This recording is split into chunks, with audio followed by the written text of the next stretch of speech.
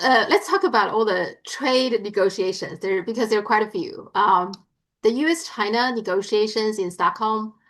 Now, the fact is that Besson has indicated that maybe there's another 90-day extension. Now, that tells me the negotiation itself is not very going smoothly. Is that No. what you think? That is exactly what I'm thinking. And of course, it cannot have been helped by all these contradictory and increasingly bizarre statements that are coming from Donald Trump, in which he's threatening China with tariffs, not because of something that China might do, but because of something that Russia, a completely different country, might do. Now, I mean, that makes absolutely no sense, but it adds a whole layer of uncertainty, and it must make the Chinese wonder what is the point of them making any kind of concessions to the United States at all, given that if there's an agreement made in Stockholm, the United States might tear it up if Trump decides that he's going to impose what he calls secondary Mhm. tariffs, whatever that means, on Mhm. China anyway.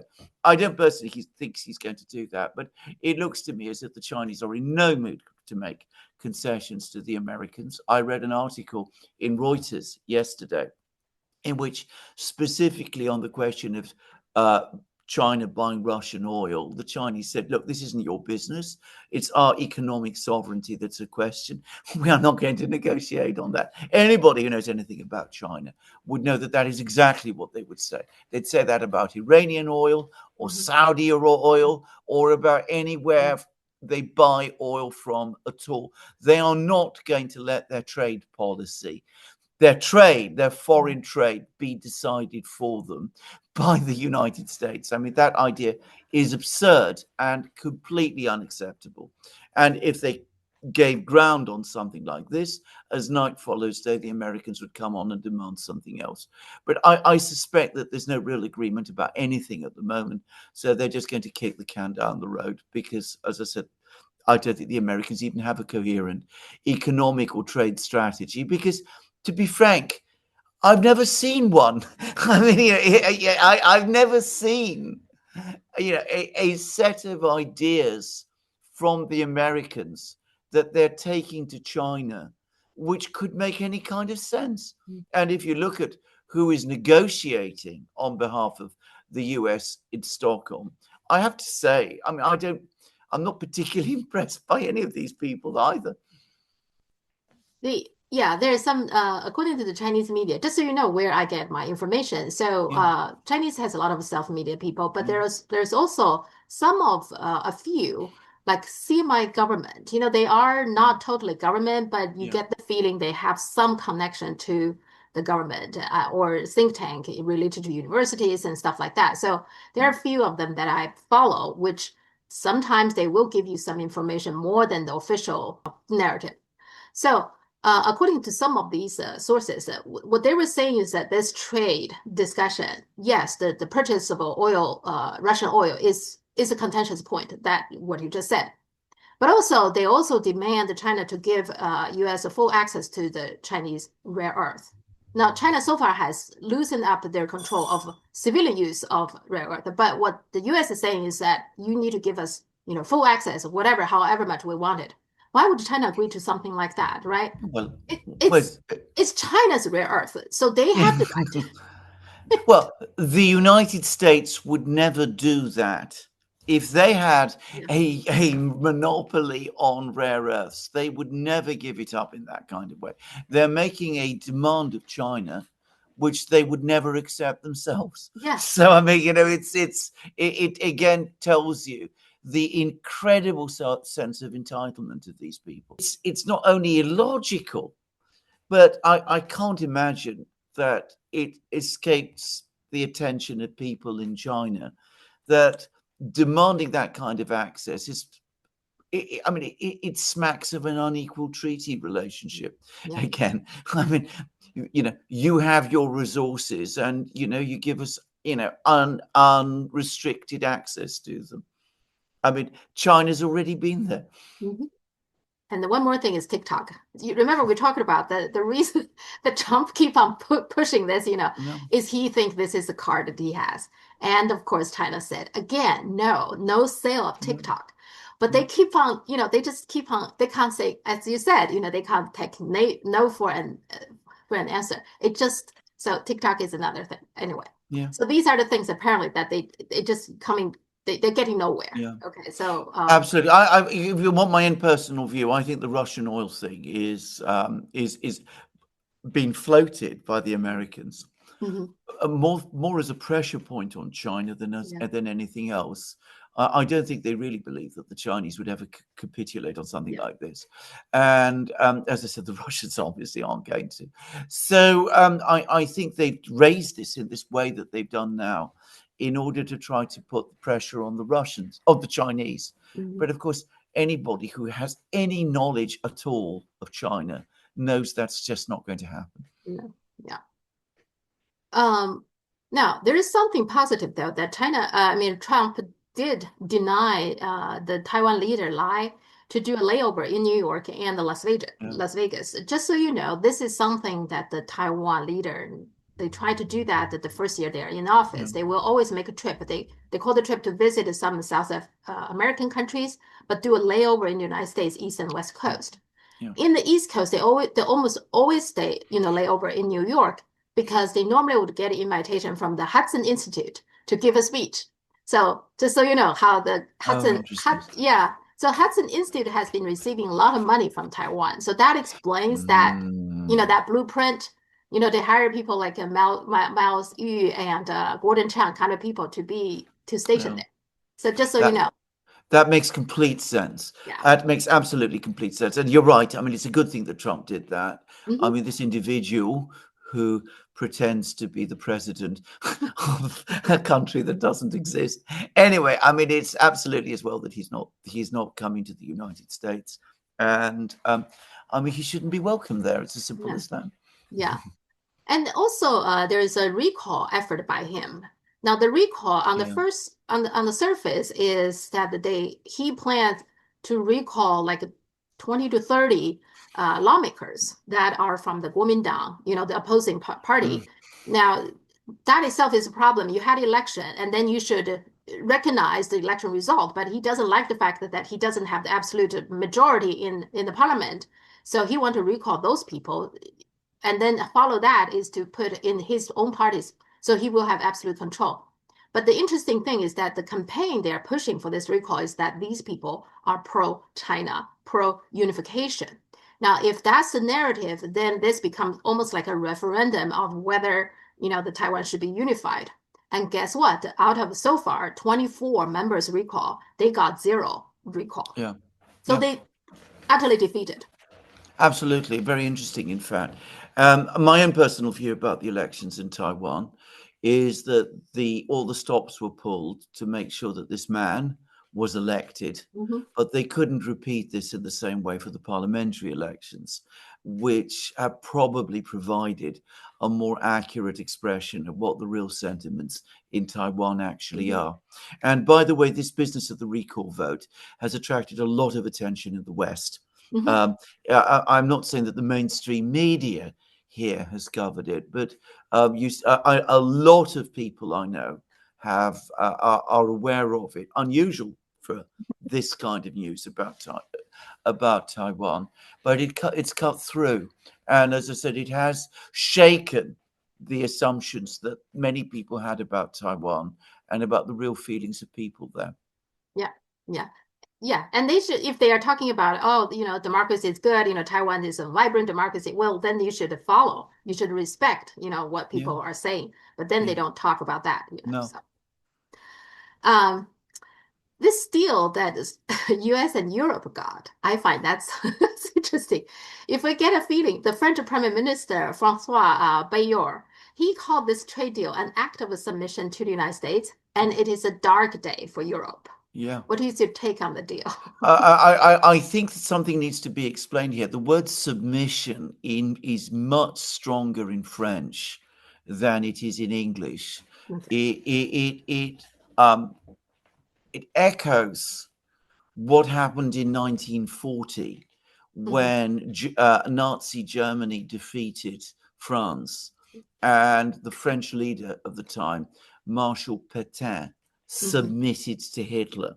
I mean, it has that kind of resonance in French political speak. So it's a very, very powerful words. Well, China fights for its rights. That's why we're having this battle in Stockholm. China is a strong country, a proud sovereign country which values its sovereignty. The Europeans, I think, but as a result of this deal, have been exposed as incompetent, basically uninterested in the welfare of the people of Europe and in all of the Americans, and prepared to give the Americans everything they want. There was even an article in the Financial Times which says that the Americans were astonished at how supine and passive the Europeans were during the negotiations. I mean, the negotiations that led up to this meeting between Ursula von der Leyen and Trump in Scotland, and that the Americans were constantly expecting the Europeans to come up with counter proposals, which they never did. And that there was no sign of any sort of European negotiating strategy. And so Europe has been landed with 15% tariffs, higher than they expected and much higher than they wanted. They have agreed to zero tariffs in terms of American exports to Europe.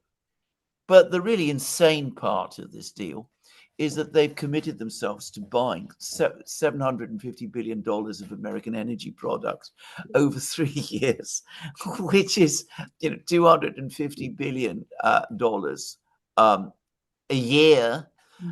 Europe currently imports around between 30 and $60 billion of energy products in the United States in any 1 year. These numbers are astronomical. They are nonsense. Clearly, they were plucked by Donald Trump out of the air. That's the only explanation. And the Europeans incredibly agreed to them. I mean, can you imagine negotiators from China were ever agreeing to something like this? I've told you before what the Russians told me about Chinese negotiators, that they argue, that they are briefed and are ready and will argue over every line, every word in every line, every comma and punctuation mark, if it's in English or whatever. But that when you do the deal with them, which can take a long, long time, it's absolutely solid. Well, here you see the European approach to negotiations. It is the diametric opposite. You get a deal which they hardly negotiate at all, and which cannot be solid because it is based on fantasy. And also, I think some people even pointed out in Europe that the von der Leyen simply doesn't have the right to promise something, both the LNG and also the 600 billion investment. Where does the 600 billion come from? Are you going to put taxes on all the European citizens to get that 600 billion? Or you expect the private sectors, in that case, which private sector, which company? You simply cannot guarantee something like that, to promise that something like that. It's utterly irresponsible of her to make that kind of promise that it doesn't seem like going to, you can hold it, you can fulfill that promises, right? No, she can't. You're absolutely correct. I mean, for one thing, if European states, nation states, are going to provide $600 billion of investments to the United States, under the European structures, that has to be agreed by them. Yes. It can't, I mean, it's not the function of the president of the European Commission, who is an executive, to commit Europe to a decision of policy. You remember last week we were talking about what was the role of the president of the council, and what is the role of the commission. This is something that should be decided by the European Council, by the member states. They can perhaps decide to invest $600 billion in the United States. Though on what basis, who could say? But anyway, they could, in theory, do it. It's absolutely not for Ursula to agree to this. And as I said, neither the states nor the commission can bind European individuals or private European companies in exactly the way that you said. I mean, it's absurd. But again, Trump plucked out a number from the air and Ursula just agreed to it. And to make matter worse, this China-Europe negotiation didn't go very well. No, no. First of all, I just find out that when they went to China, China didn't really invite them. They are the one, van der Leyen and Costa, they are the one who wanted to go to China. Yeah. You would think, okay, you're so eager to come to visit me, you should have some good terms for me, right? You're the one who want this meeting happen in my place. Well, no, they also have demanded like stop all the trade with Russia. Okay, no more Russian oil. Okay, and then EVs. They are saying, okay, you're allowed to sell EVs, but you also need to transfer all your core technology to the European companies. Now, the European companies, automobile companies, they went to China. China did have demand them to do joint venture, but China never demanded the core technology transfer. Yeah. That was never asked, No. but now they're asking that. And of course, they also ask full access to China rare earth. They also the same demand that US. Yeah, which is What is wrong with these people? well, obviously, I mean, it's just killed. I mean, just imagine. I mean, we all know that Apple established production lines in China. Did the Chinese say, well, look, in return for establishing production lines in China, you must give us all your trade secrets and operating systems? I mean, we have to have all of that.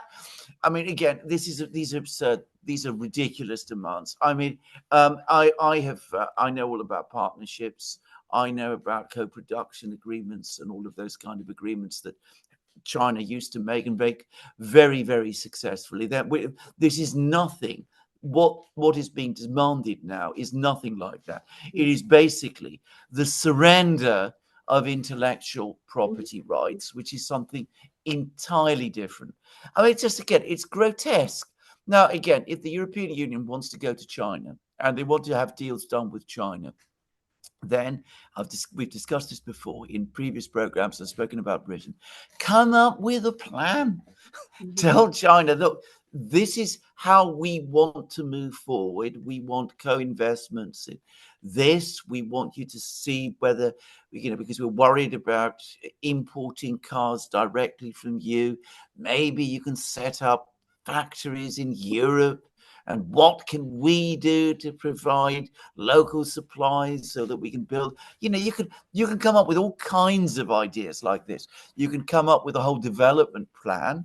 Obviously, you don't expect the Chinese to agree to it immediately, but you come up with a proposal, a properly worked out, thought through, financially, sound proposal. You put it to the Chinese. The Chinese say, well, let's talk about this.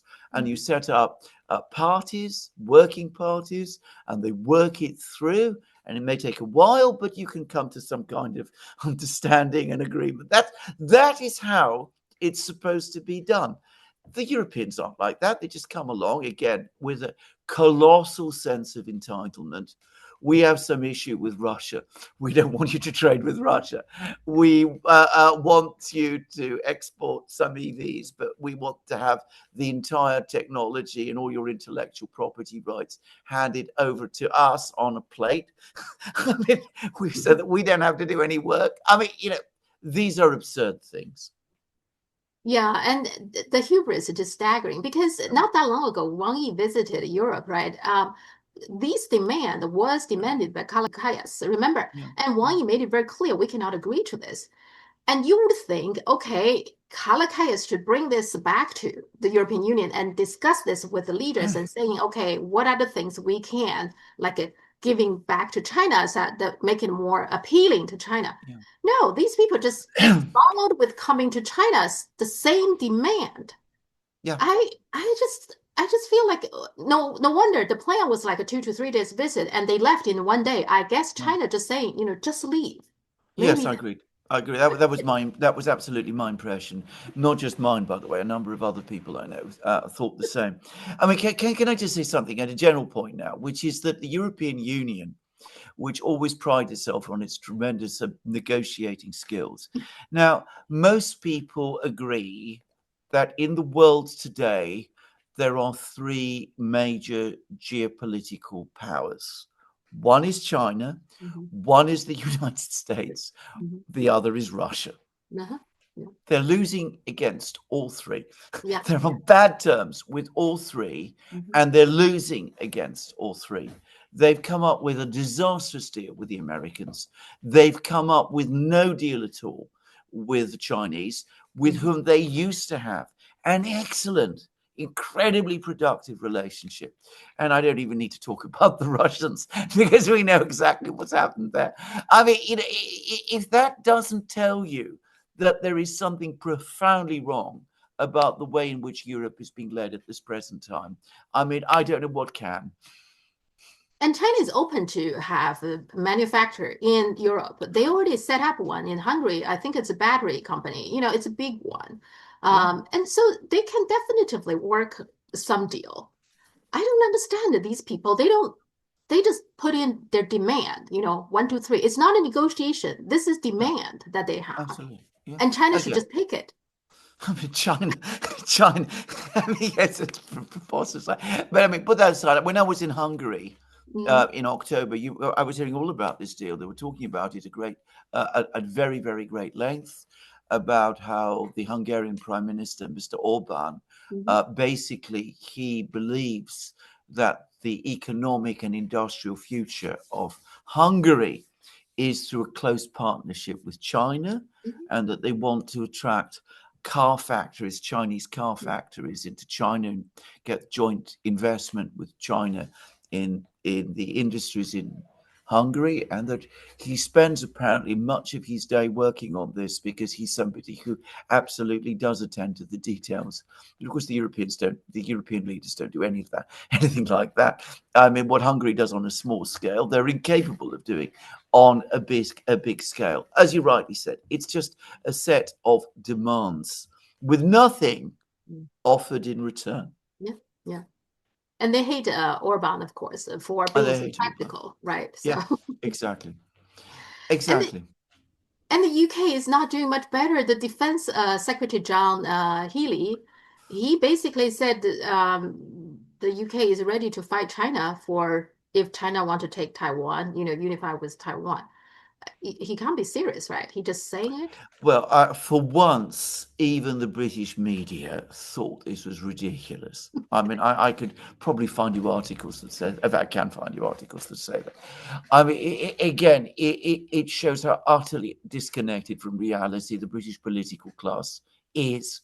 I mean, the British army is down to 72,000 men, of whom about 15,000 are actually combat soldiers.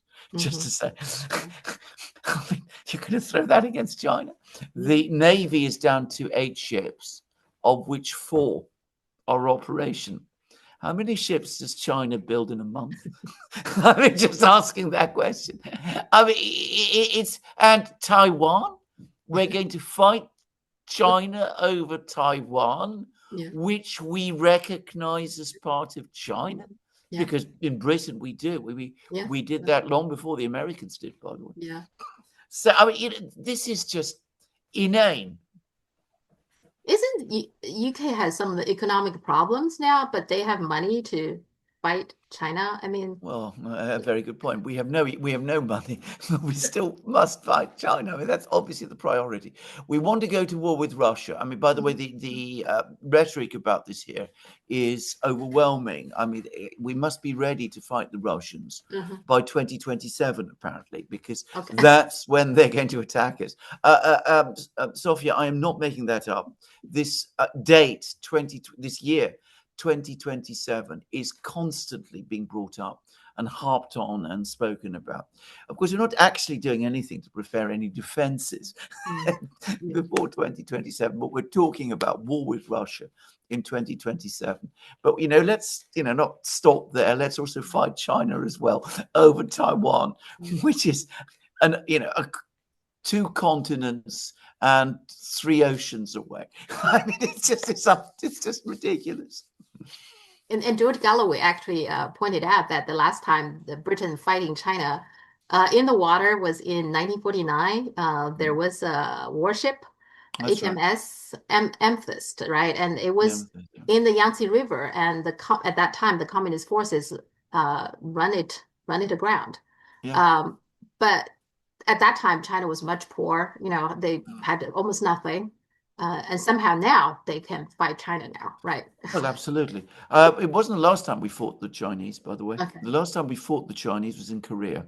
We okay, were that's involved. great. We were involved with the Americans in Korea. The Amethyst incident. I mean, when I was a boy, Hmm. back in the 60s and 70s, it was well remembered, and I Hmm. believe there's even a film about it, by the way, which Okay. nobody watches anymore because it's nobody wants to remember that very embarrassing incident.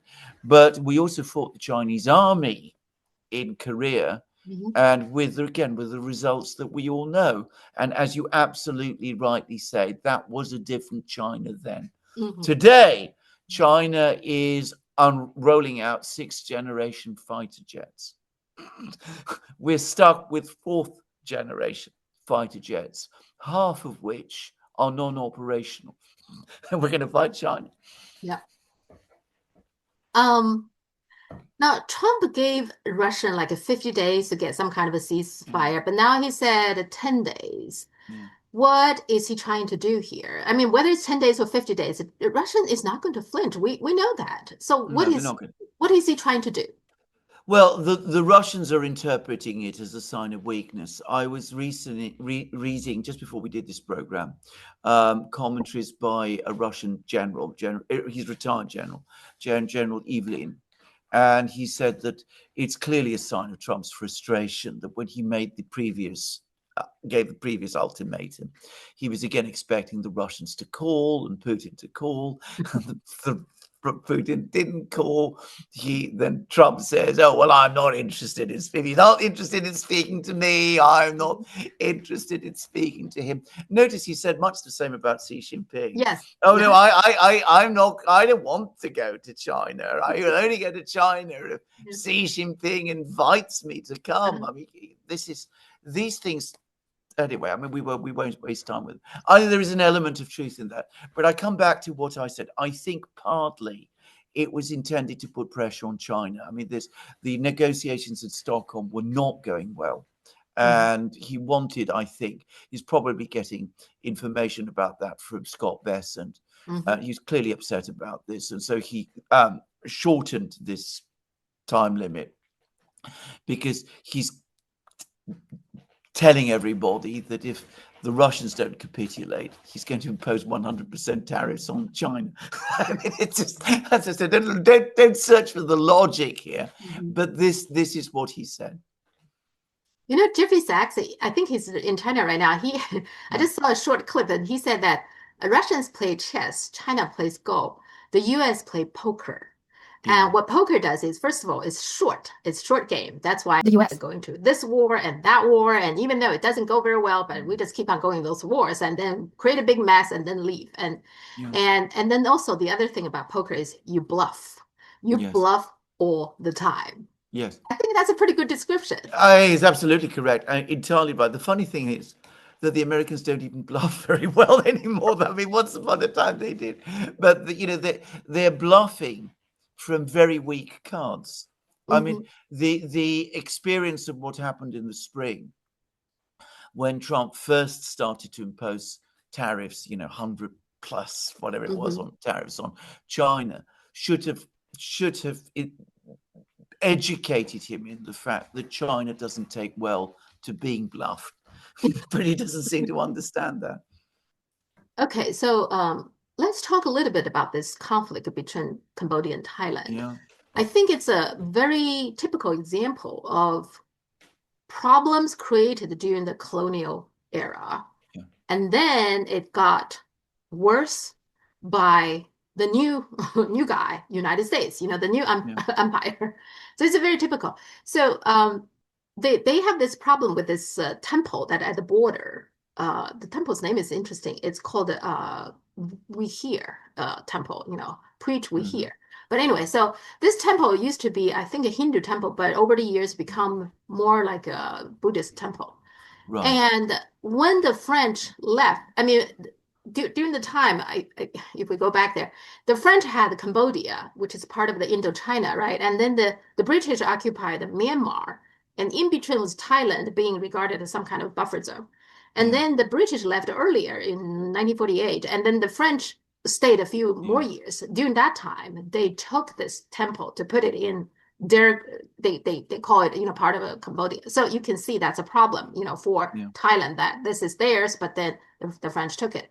So after the French left, the Thailand went to ICJ. They want to claim back, but the ICJ still ruled that it belonged to Cambodia. The problem with that is the road going to the temple, you have to go through Thailand. So that's where this whole problem is. And over the years, they have been trying to control, the border. There's conflict on and off.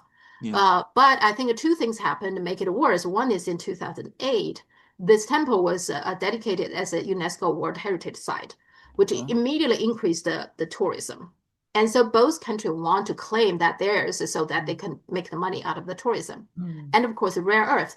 My understanding is that rare earth is nothing new. I think both British and the French, they discovered their rare earth there, but it wasn't yeah. a big deal until recent years. Now Mm, it's valued at somewhere, I saw different crazy numbers, 600 billion, and even mm. some people say more than that.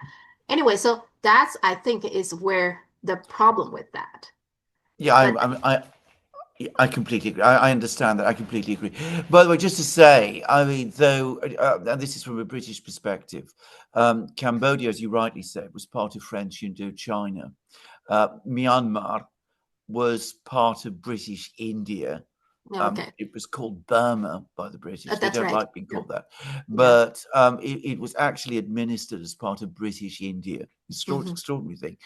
Um, Thailand, they don't like to be told this or reminded about this, but even though it was independent, the British basically ran it. I mean, the British Oh, had okay. predominant influence there. Hmm. So, what basically happened, as I understand it, is that when the British pulled out, this was the French's chance to seize, which is, always what goes on between empires, colonial empires as well. Hmm. But in all other respects, you're absolutely right. And I mean, obviously, there's the issue of the temple, and I believe that people in Thailand are Buddhist and all that. So Yeah. maybe they Hmm. take that seriously, and the temple is valuable, and always these border disputes are also there. But I am sure that beneath it all, behind it all, is this issue of rare earths. Hmm. Yeah. And the issue is not just America, because it's always the Americans, gaining control of rare earths. Hmm. It is Yeah. preventing the Chinese, Uh-huh. who've got good relations with Cambodia and not With bad Thailand. relations with Hmm. Thailand, Yeah. from Hmm. gaining those rare earths first. For the record, I'm sure you know this, but the other big country where rare earths are mined is in fact Myanmar. It's one of the Yeah. Hmm. major places.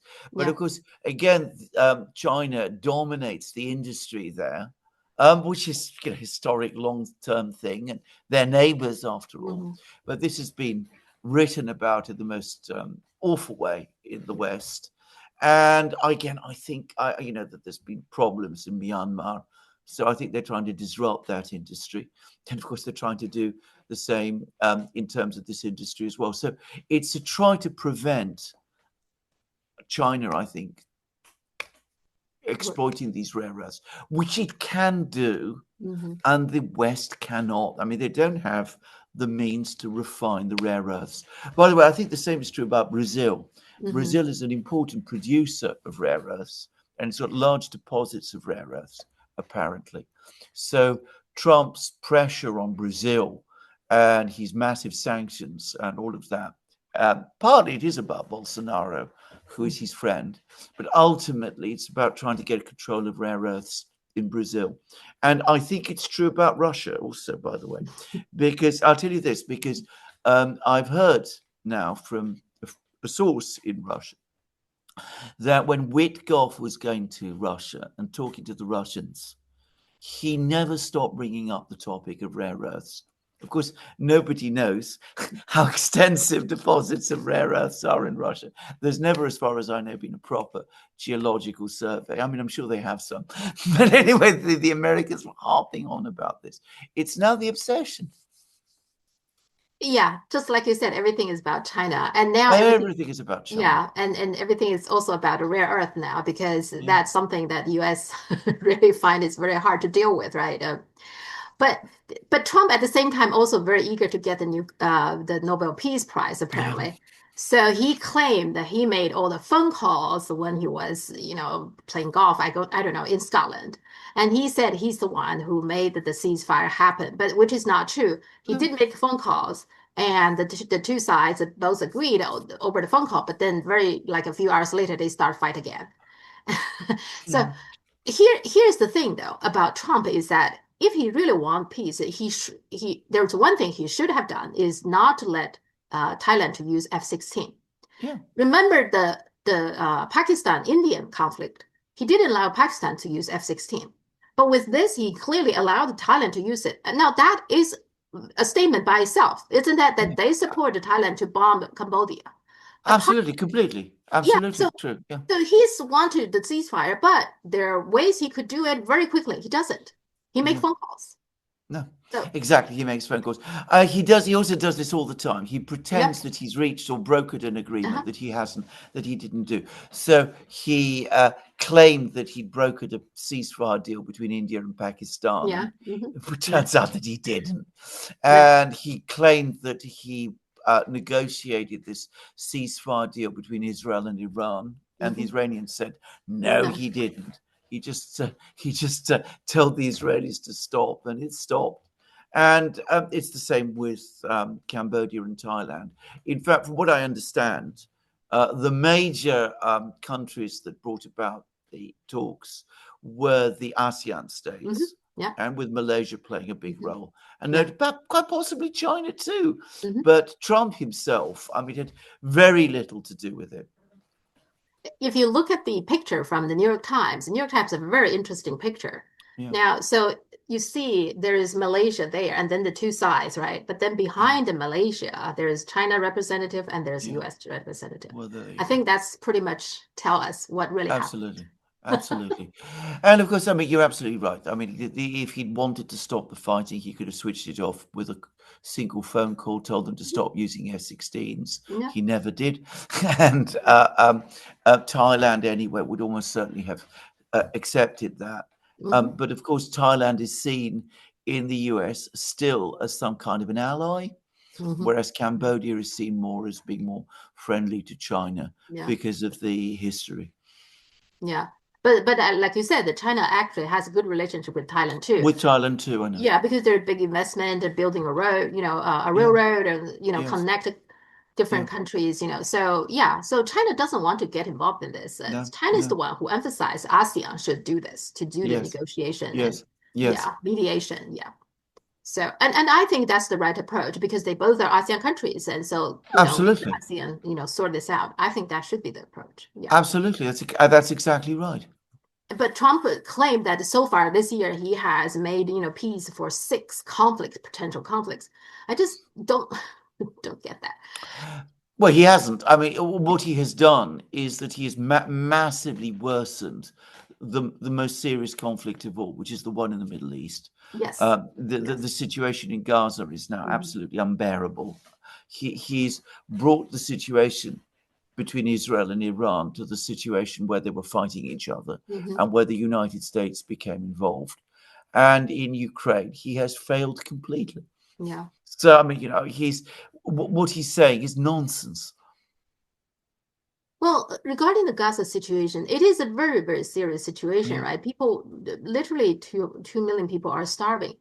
Now, Yes. of course, more and more country are have condemnations and all that kind of thing.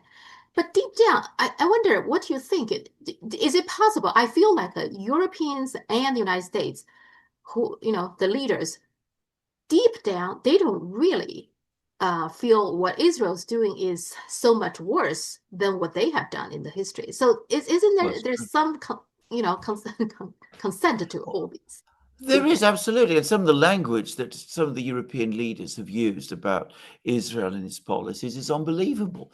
I mean, when Israel attacked Iran, and bear in mind, it attacked Iran Mhm. whilst negotiations were underway. And of course, it attacked Iran whilst the situation in Gaza was spiraling to the point that which we see now. The Chancellor of Germany said that Israel was doing the West's dirty work.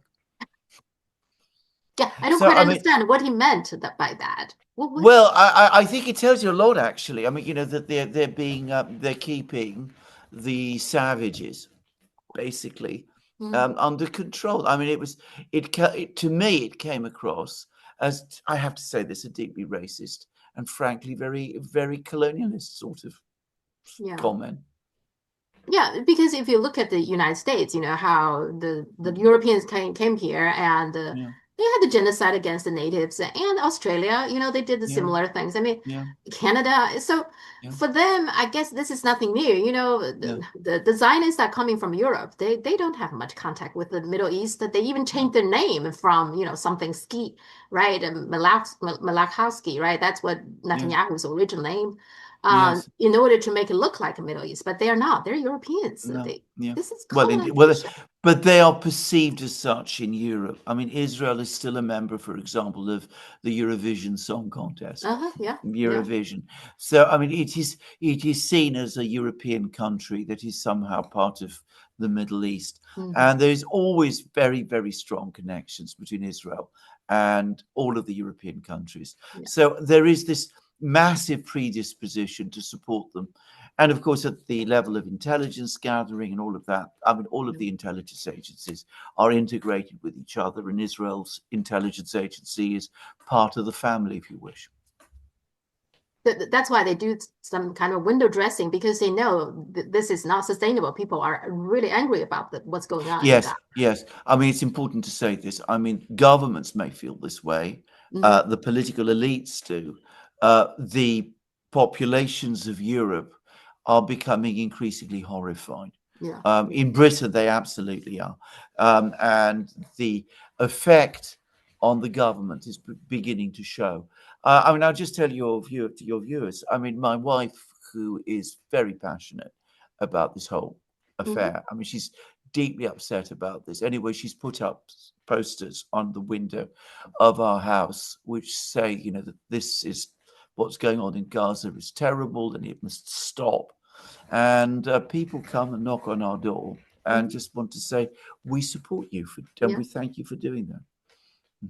Yeah, I'm trying to figure Yeah, out why, with so much pressure from the public, why the government is still so stubborn, not to do anything concrete.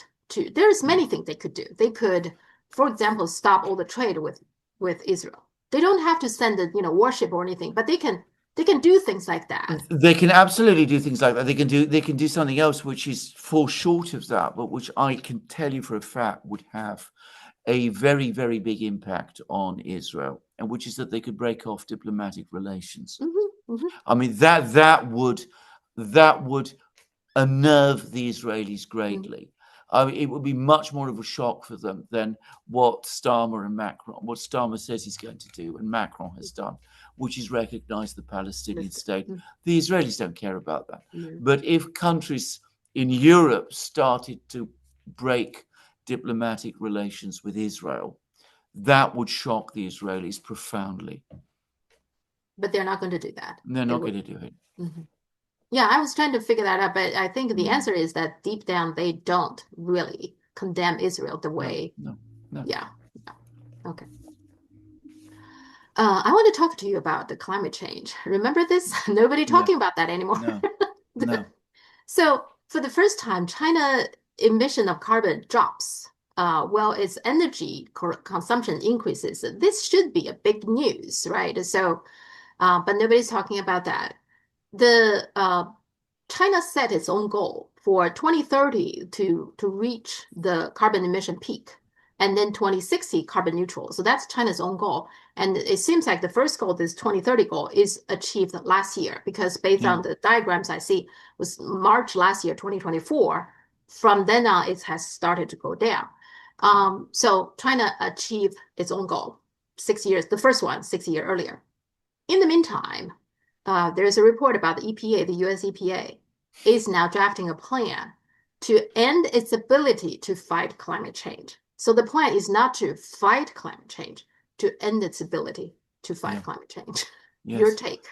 Well, I mean, this is a huge topic, but you're completely right. That is the policy. I mean, the United States has made an incredible decision, which is to return to fossil fuels. Mm-hmm. They're doing that. They're going to continue. I mean, the whole rhetoric coming out of the United States is fossil fuels. Mm-hmm. The president talks all the time about drill, baby, drill. He said the same to Keir Starmer, by the way, whilst he was in Britain just recently. And I mean, it is amazing. And it obviously, forget about climate change. That problem isn't important anymore. It's an incredible paradox that just a few years ago, you remember, people would say, we're fighting for climate change in the West, but Mm-hmm. really it's those Chinese, they're still building coal mines and Yeah. having coal-fired power stations, and they're undermining our great project. Now China is by far the biggest um, user and Mm-hmm. developer and technological power behind renewable energy systems.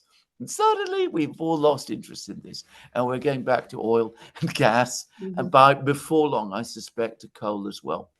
Now, what you may not know is that there's a very, very famous and very uh, great British historian called Adam Tooze. He particularly is an economist on economic matters. Anyway, he's just been to China, and he's actually just delivered a lecture in Beijing, and it's making huge waves here in the UK in the academic world. And his point is that it's not just that China is now the world leader in renewable energies, Mm-hmm. but that China's energy production output based now mostly on renewable technologies is skyrocketing. Mm-hmm. And there've been graphs provided in which you see how energy output in Britain, for example, it started in the 18th century, gradually went up. Now it's curving down. The Mm-hmm. same in the United States, started in the 19th century, went up gradually, and then curving down. With China, the graph is like this. It's Mm-hmm. just zooming Mm-hmm. upward. And he said there is no precedent for this in any period of economic history.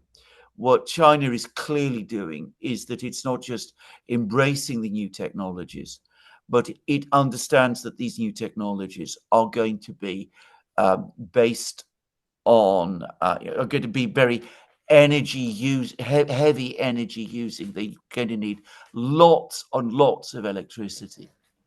And that the only way to generate electricity at that level is through the adoption of green technologies.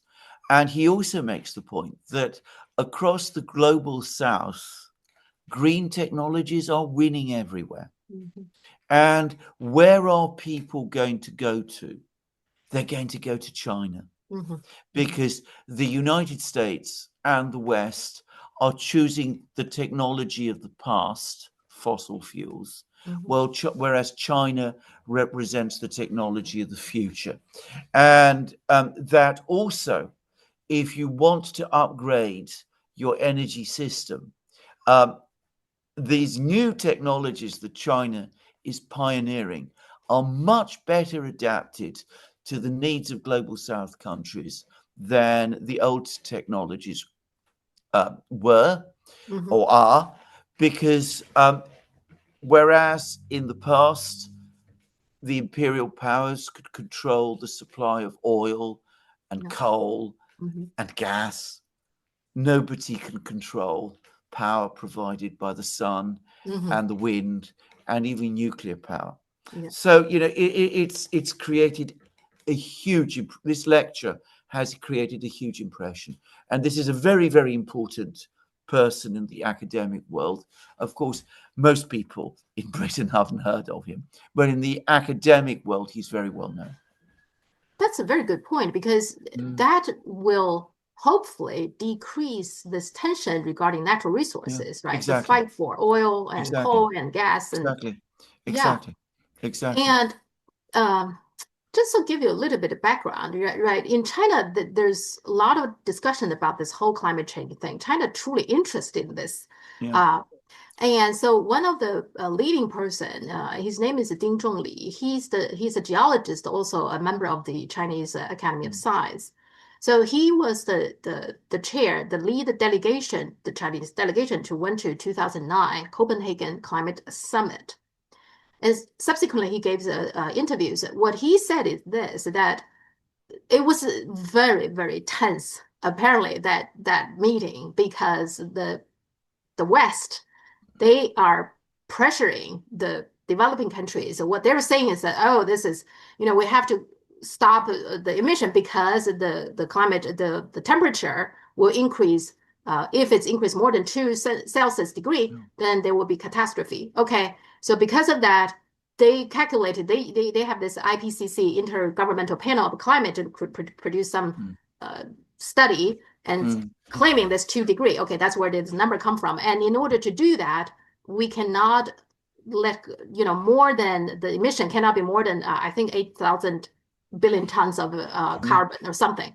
Now, within that, what they were saying is that, okay, because it's such an urgent task for everybody, well, we should all reduce or limit our emission. And what they proposed in this climate summit is that the developed countries, the Western countries, their emission per person should be 2.3 times of the Yeah. developing countries. I mean, why is that? Why is your per person emission can be 2.3 times? Well, they're saying it used to be, before that, their emission is 7.5 times. So for that reason, they already have compromised, that they lowered. Not only that, followed with the G8. Remember, Russia was Mm. still the G8. So in G8, they had another proposal saying, well, out of the 27 Western countries, they should be able to allocate like 44% of that 8,000 billion tons of emission to be allowed. And the rest of the country, almost like 100 countries, should stand for 56%. If you look at the population, this 27 countries, 1.1 billion. This was 2009 number. And the remaining was 5.6 billion people Yeah. to be given. So you see how angry China got when these numbers came out, Mm. because what they're trying to do, according to, based on China, which I agree, that is that they want to eventually allocate the emission to every country. And if you exceed that number, they're going to fine you. They're going Yeah. to, heavily, and China, being a big emitter, certainly will be heavily fined. So Yes. that's what this is about. Well, absolutely. It's exactly what it's about. It's also about creating a people that you can blame for the situation, go after China. And it's also about locking the global south into a period of preventing its development. I mean, I'm sorry to put it in that rather blunt way, but that's what it's really about at the end of the day. Yeah. And With and the that's West, why, as I've said, it's always about power. Always remember yeah, this. I don't mean power in terms of electricity generation. I mean power in yeah. terms of political and geopolitical power. So this climate thing become an excuse for them to exert further, exert Correct. their power. Yeah. Correct. Mhm. Absolutely. I mean, it's no longer. I mean, it now serves a particular purpose, which is essentially to push and to control the global south, and also Yeah. to go after China, which Mhm. is ultimately what it's all about. Always with the West, it's what it's about. Even as the United States itself returns to fossil fuels, which makes the whole thing even more absurd.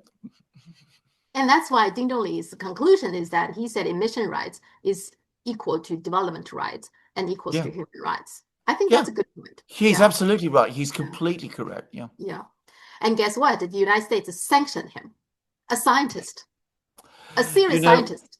I know. So exactly sanctioned him. I mean, it is just unbelievable, in fact. Can I just say something, Sophia? Some years ago, it was a couple of years ago, about 5, 6 years ago, when we first started doing programs on the Duran, um, um, Alex and I did a program. It was just after the United States had, for the first time, sanctioned a number of people in China. Mhm. And I said that this is the first step. Now the United States is on the escalation escalator. That's right. And it will eventually, inevitably, start small, but it will go all the way up to the top. Because once you do that with sanctions, you never get off them. Yeah, yeah. And the other thing, he also in 2021, Ding Zhongli, he also said that let's look, I bet you that these, the Western countries, that they're going to abandon their goal. And sure enough, just this year, so Germany is expected to miss its 2030 climate target, which is reducing greenhouse gas emission by 65% compared to 1919 level. This is according to their government advisor and reports from Climate Action Tracker. So they have that. And Britain, I just saw that Kami Badenoch, she's the Conservative Party leader now, right? So she is now saying it's impossible for the UK to meet its net zero target by 2050. This target, my understanding is, has been signed into law by Theresa May, her own party. Yes. And now she's saying it's impossible. So they're not going to meet their goal. The Conservative Party is increasingly hostile to the whole idea of moving towards renewables. I mean, they basically follow in the wake of Donald Trump. He's outspokenly critical of them, so they feel they have to be. And Nigel Farage, who is, the new Reform Party, he's even more so that way. There's the Labour government still pretends that it's going to continue that policy, but there's no real sign that it will. Our policies on climate in Britain and across Europe are so disorganized that it's not surprising that there's a reaction against them. I mean, I'll give you an example. I've been taking a lot of interest in the question of electric cars because, as you may know, purchases of electric cars have been falling in Britain instead of increasing. And the problem that people come up against and what they constantly complain about is that there is no infrastructure. There isn't sufficient infrastructure to make them work. And the reason the infrastructure isn't there is we come back to the other one. There isn't the power generation. There just isn't enough electric power. Then there is no plan to build systems, to clean systems that would generate electric power.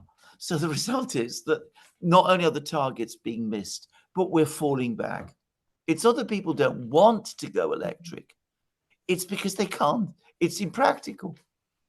You see, these are the topics I think European unions and Britain should discuss with China to seek collaborations, right? Yeah. Now, the other thing, what this Ding Zhongli was saying, which I never paid attention to, is that he said China will continue its own goal, whether the Europeans, whether they do that or not, because he said not only renewable energy is good for climate, but also he said that both coal and oil, they are very important natural resource. Just to burn them is inefficient. It's wasteful. Yes. Because like oil, we know that chemicals, there are lots of chemicals, pharmaceuticals coming from oil, and coal actually has rare earth elements. We talk so much about the rare earth. Coal itself has rare earth elements. So these are useful, very important natural resources that's unlimited, right? They are not easily to produce, naturally. And so that's why we should use them in a much more productive way. I don't see these kind of discussion even taking place in the West. I've never heard that before. That's a very, very good point. I mean, what you do find some people say, Adam Tooze is saying it, is that the approach that China is taking is the approach of modernity. I mean, this is the modern way, the technologically advanced way to develop your economy. I mean, he is, I should say that until fairly recently, he's been the person who's been most talking up the tremendous achievements of the United States as the leading technological and industrial power in the 20th century. And he's now said, that this is now played out because America is stuck with the old technologies and China is developing the new ones. And that ultimately, the new ways of generating power are going to be far more efficient. But why do you think Trump is so strongly supported traditional, like old technology with coal and oil industry? Why is he so much against the renewable, considering, like, for example, Elon Musk, I would think Peter Thiel, these people should have influenced him. I mean, they should know that, the future is with renewables, Well, right? they've lost out in the political battle Okay. because Peter Thiel and Elon Musk, Hmm. for example, disapprove of his tariff policy, which from their That's point right. of view Hmm. makes no Yeah. sense. I mean, the thing about Donald Trump is he's one of these people who um, gets a few ideas, and when he gets them, he finds it, he will never basically drop them. Long ago, he decided that climate change was a scam, so he Okay. doesn't believe in it. He is worried, and I think at some level there is a genuine feeling about this, about the effect on the Rust Belt of Hmm. the Hmm. change of the American economic direction. So he wants to rebuild the Rust Belt. He talks about this a lot. Hmm. He goes out there, he meets with the people from there, he has some connections to them. You remember when he announced these tariffs, wasn't he calling in auto workers? Okay. When he was having the retaliatory tariffs and all of this. And American car industry has never really, apart from Musk himself, Hmm. the car industry has never really managed to move beyond, conventional engines. It's certainly not electrified in the way that Chinese industry has electrified. So he, like a lot of old people, he sticks to the America. He wants to recreate Hmm. the America that he used to know. Where Hmm.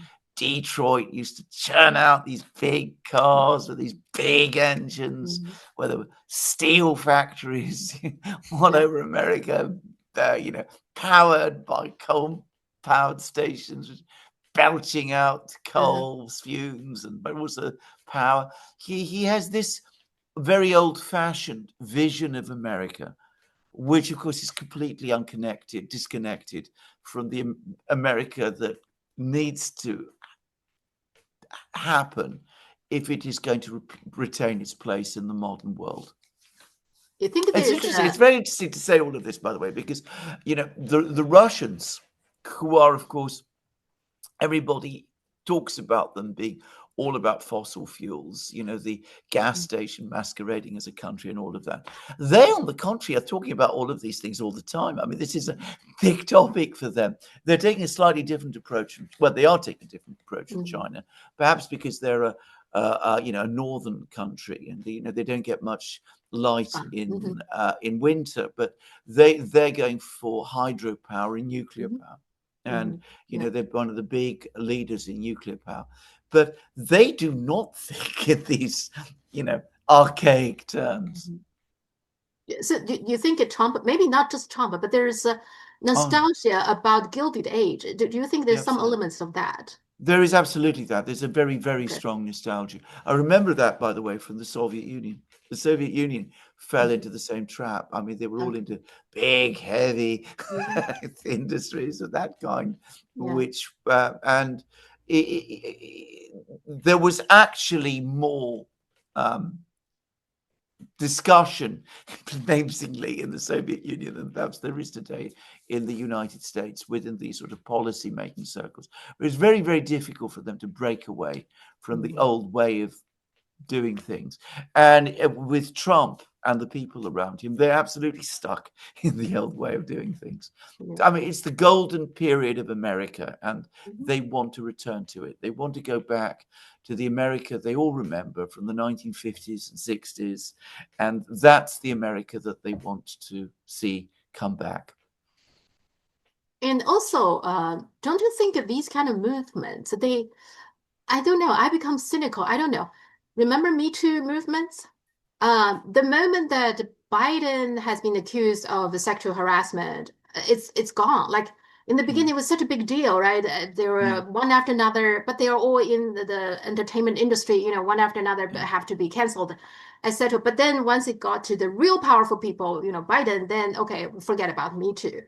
And then there's also peace movement. That lots of yeah. times war started with a peace movement. I think there is a guy, I think he also had a quote. This guy's name is Emmett Terrill. He's a conservative commentator. He said every peace movement of this century has been followed by war. So Yeah. you, and of course the whole climate change, the environmental movement, remember Greenpeace? They were Yeah. so active everywhere. Yeah. It seems like every movement maybe started with the good intentioned people, but somehow along the way they changed. They Yes. either become hijacked or somehow they changed their goal or something. Don't you think? Well, I've seen this myself. I mean, I've had many contacts at many times with this sort of industry of NGOs and movements. And Greenpeace, by the way, I've had some contacts with. And what happens is eventually they start to get funding. They get funding from all sorts of powerful donors. Hmm. Governments then begin to step in, and the activism gets diverted towards the political objectives of the funders, and it ceases to be real anymore. Hmm. So the people that you see running these organizations are becoming very rich. They Yeah. still maintain, they preserve the appearance of activists. They dress in certain ways. I mean, they don't wear business suits. They Mhm. wear jeans and t-shirts and things of that kind. But the outlook, the character, the feel of these organizations has changed completely. And I'm afraid this goes on all the time, and it affects everything. I mean, Amnesty International, an organization which I'm sure in China Mhm. people have no reason to like, and I can understand Yeah. why, by the way.